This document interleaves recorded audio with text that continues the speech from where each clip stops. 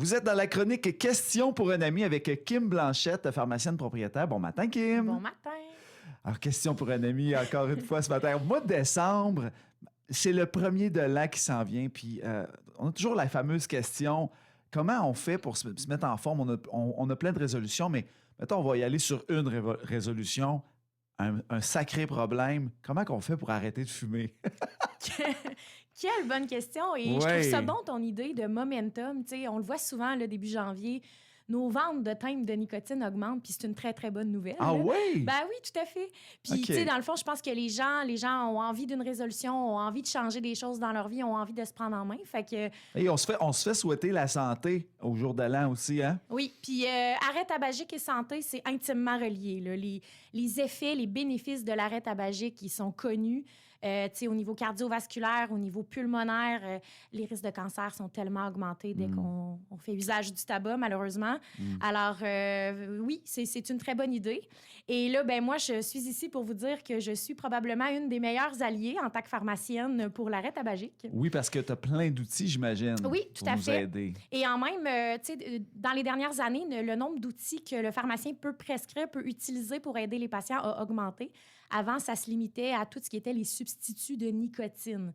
Donc, la gomme, les pastilles, les teintes. Donc, ce qu'on fait avec ça, c'est qu'on vient comme remplacer la nicotine qu'on ne consomme plus en arrêtant de fumer.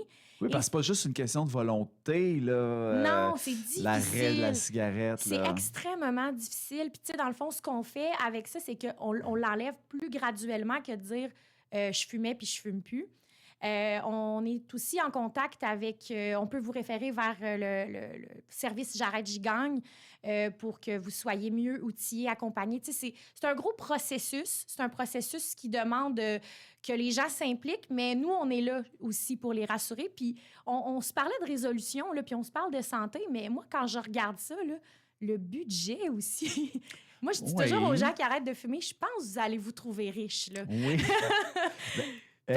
Moi, puis je vais faire une petite anecdote personnelle. Oui. Moi, j'aimais bien le monde du spectacle. Puis là, je me voyais bien fumer. Alors, moi, j'ai déjà fumé. Oui. Puis, il fallait absolument que je remplace, quand j'ai arrêté, que je remplace l'habitude. Parce que c'est pas juste une question de volonté. Il y a quelque chose qui est comblé avec ce geste-là. Oui. Et là, j'ai remplacé ça, moi, par la course. Oh, et wow! Puis, je pouvais pas courir et fumer. Je te confirme.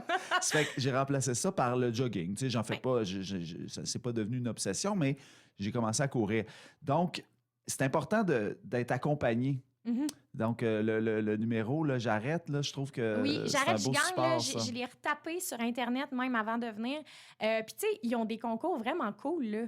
Tu sais, je voyais en gros gagner 5 000 cash parce qu'on s'est inscrit, on a arrêté de fumer. Moi, je trouve que c'est une pas pire récompense. Un bon incitatif. Oui, c'est ça. Puis, tu sais, il faut voir ça aussi comme un processus, OK? Juste le fait de commencer à y réfléchir, c'est une très, très bonne nouvelle.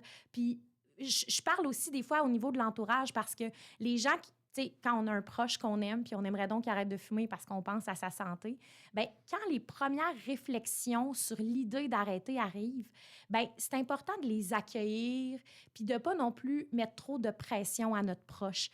Il y a vraiment un processus qui est prouvé scientifiquement qu'il y a une pré-réflexion, il y a une réflexion, il y a une action. Et il faut aussi savoir que la rechute fait partie du processus. C'est correct. C'est normal. C'est normal. Puis c'est correct des fois de ne pas réussir. Puis chaque rechute va nous amener vers un autre essai. La réussite. Ou vers un autre essai, c'est bien dit. Essai. Puis des fois, je dis aussi aux gens, commencez donc juste par diminuer. Tu sais, mettons que vous voyez ça trop gros, bien, commencez juste par diminuer. Chaque cigarette en moins, c'est un gain. Alors, vous avez des outils aussi chez les pharmaciens. Donc, quel genre d'outils tu recommanderais selon les profils de personnes, par exemple? Bien, en fait, il y a beaucoup de choses à analyser, là, justement, quand on va consulter le pharmacien pour avoir un outil. Souvent, nous, évidemment, c'est des aides pharmacologiques. Fait que tantôt, je parlais de tout ce qui était les substituts de nicotine. On a aussi le fameux Champix, là, qui est une pilule à prendre. On a le Bupropion aussi, qui est une autre pilule à prendre. Nous, ce qu'on va faire, dans le fond, c'est qu'on a plein de questions à poser. Depuis combien de temps la personne fume? Combien de cigarettes elle fume par jour? Puis là, je dis cigarettes, mais on est même rendu dans le vapotage, parce qu'on peut substituer aussi au vapotage. OK, c'est bien savoir ça. Et à quel moment, après le réveil, que la personne va consommer la cigarette, parce que ça a vraiment un impact sur sa dépendance, son profil de dépendance.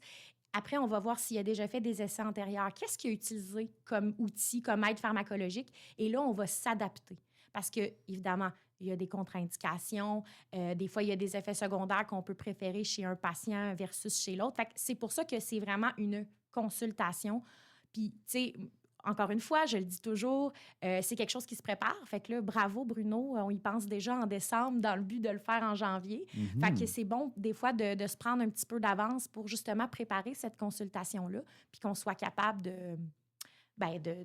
de trouver la bonne solution. Et là, Kim Blanchette, si j'utilise une compensation, là, quelque chose qui va m'accompagner avec le pharmacien, donc j'achète un médicament ou un substitut, est-ce que ce substitut-là va rester toujours ou un jour aussi, je vais pouvoir m'en débarrasser de ce substitut-là? Non, évidemment, il va falloir s'en débarrasser. Ça peut pas devenir le remplacement. Fait que c'est vraiment dans le but de diminuer les effets de sevrage, tu sais, parce que les gens vont vraiment... Il y en a qui se sentiront vraiment pas bien. Il y a des maux de cœur, il y a de l'irritabilité, il y a des maux de tête, des étourdissements. Fait que c'est vraiment dans le but de diminuer ces symptômes-là. Puis évidemment, tu sais, toi, tu l'as dit tantôt, tu l'as remplacé par la course. Il faut que la personne prévoie la suite, tu sais. Puis c'est là où est-ce que je disais que les équipes de soutien, bien, ils en ont des trucs là, pour modifier ces habitudes-là.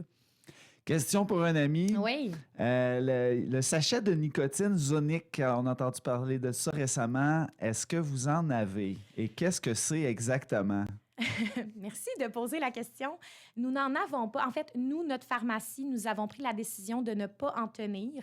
En fait, en théorie, toutes les pharmacies qui en ont doivent les tenir derrière le comptoir. Ce sont des sachets de nicotine qu'on va venir mettre vraiment entre la gencive et la lèvre là, pour que la nicotine soit absorbée par les parois buccales. Mais tu sais, c'est le même principe que se coller un timbre. C'est qu'on donne de la nicotine pour l'arrêter plus lentement. Fait qu'au début, on peut utiliser, mettons, 15 sachets par jour. Puis là, avec le temps, on va diminuer à 10, puis à 5, puis à un moment donné, il ne faut plus en utiliser. Le problème avec ça, c'est que... Puis là, je ne veux pas non plus trop en parler, je ne veux pas donner des idées aux gens, mais ce qu'ils se sont rendus compte, c'est qu'il y a beaucoup malheureusement, de mésusage. Et il y a beaucoup de jeunes qui n'étaient même pas fumeurs qui se sont mis à en utiliser, puis à buzzer un peu là-dessus. Fait que nous...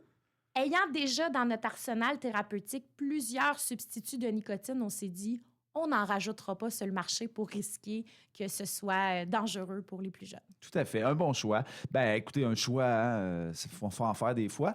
Maintenant, ben... J'ai arrêté de fumer. On a parlé de récidive, ça arrive. Oui. C'est merveilleux. On va souhaiter la santé pour ce temps des fêtes-là, Kim Blanchette. Oui. Puis, en tout cas, bravo à tous ceux qui y réfléchissent déjà.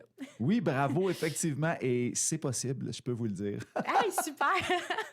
Merci, puis joyeux temps des fêtes, Kim Blanchette. Merci.